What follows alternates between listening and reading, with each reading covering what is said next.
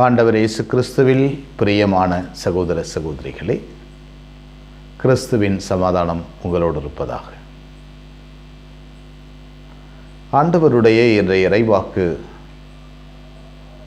ஏழை லாசர், பணக்கார மனிதன், இவர்களுடைய இந்த உலகத்தினுடைய வாழ்க்கை முறையையும், இந்த உலகம் முடிந்து இருவரும் விண்ணகம் சென்றபோது அவர்கள் இருக்கின்ற நிலையையும் ஆண்டவர் இயேசு என்று நமக்கு முன் சொல்லி காட்டுகிறார். இந்த உலகத்தில் இவர்கள் வாழ்ந்தபோது ஏழை லாசர் ஏழையாகவும் ஒன்றுமில்லாதவனாகவும் உணவுக்கே கூட கவலைப்படுபவனாகவும், அதுவும் உடல் நோயினால், உள்ள நோயினால் மிகவும் ஏழ்மையாக வாழ்ந்த மனிதன் அவன். அதுவும் ஒரு பணக்காரன் கண்முன்னிலையில் அவன் ஏழையாக இருக்கிறான். ஒரு பணக்காரனுடைய பார்வையில் அவன் ஏழையாக இருக்கிறான். இந்த பணக்காரன் எப்பொழுதும் மெல்லிர ஆடை அணிந்து பணக்கார தோரணையோடு ஏழையை பார்க்காமல் வாழ்கிறான். இந்த ஏழை பணக்காரன் இரண்டு பேரும் இறந்து போகிறார்கள்.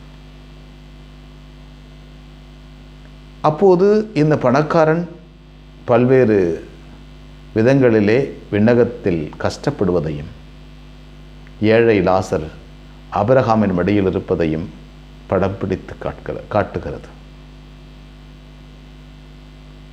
இந்த நிகழ்வை பார்த்தோமையானால், பணக்காரனாக இருப்பதனால் ஒருவன் தன்னிஷ்டம் போல வாழ்ந்து விடுவது அழைப்பு அல்ல. மாறாக ஏழையையும் எளியவரையும் தன்னுடைய செல்வத்தினாலும் பொருளினாலும் பார்க்க வேண்டும் என்பதுதான் இங்கே அழைப்பு. இந்த பணக்காரன் நிறைய செல்வம் வைத்திருக்கிறவன் தன்னிலையிலே இருக்கின்ற ஒரு இயல்பாக இருக்க வேண்டியது,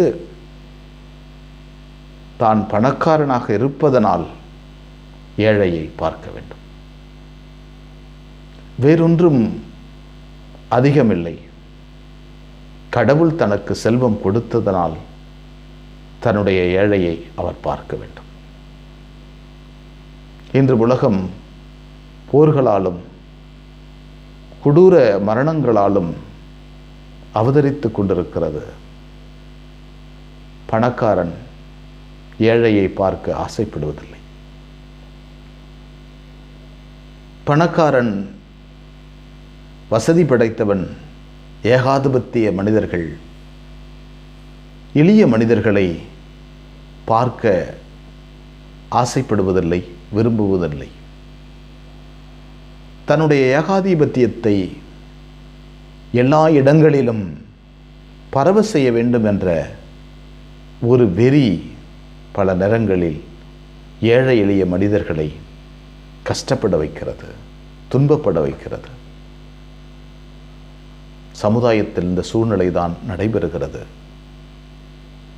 தடி எடுத்தவன் எல்லாம் தண்டல்காரன் என்ற பழமொழி இருக்கிறது. நான் வசதி படைத்தவன் என்பதனால் ஏழையை ஒடுக்கிவிடலாம். தான் சக்தி படைத்தவன் என்பதனால் ஏழை சக்தியற்ற மனிதனை குலைத்து விடலாம். ஏழைக்கு யாருமில்லை என்பதனால் ஏழையனுடைய பொருளை புடுங்கிவிடலாம் என்ற எண்ணமெல்லாம் தலை தோங்கி இன்றும் பல மனிதர்கள் இப்படி வாழுகிறார்கள். ஆண்டவர் தெளிவாக இந்த இறைவாக்கில் சொல்லுகிறார், கண்டிப்பாக இப்படிப்பட்ட மனிதன் நரகத்தில் பல்வேறு, குறிப்பாக அவனுடைய புலன்களெல்லாம் வேலை செய்கிறது. தாகம், உடல் எரிச்சல், இவையெல்லாம் நடைபெறுகிறது. கடவுளையும் பார்க்கிறான், ஏழையையும் பார்க்கிறான். இதெல்லாம் நடைபெறும் என்பதை தான் ஆண்டவர் சொல்கிறார்.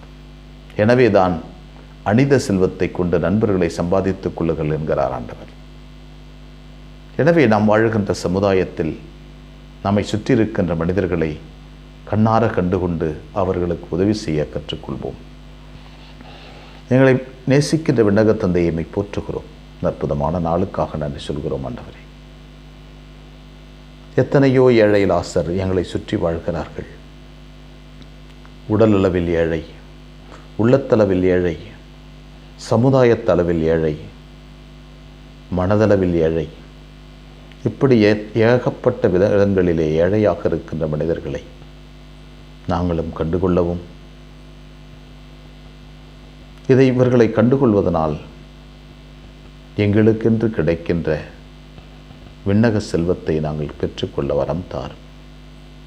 அன்னைமரியே, எங்கள் அன்பு தாயே, உம் திருமகனிடம் எங்களுக்காக இடைவிடாது பரிந்து பேசும். ஆமென்.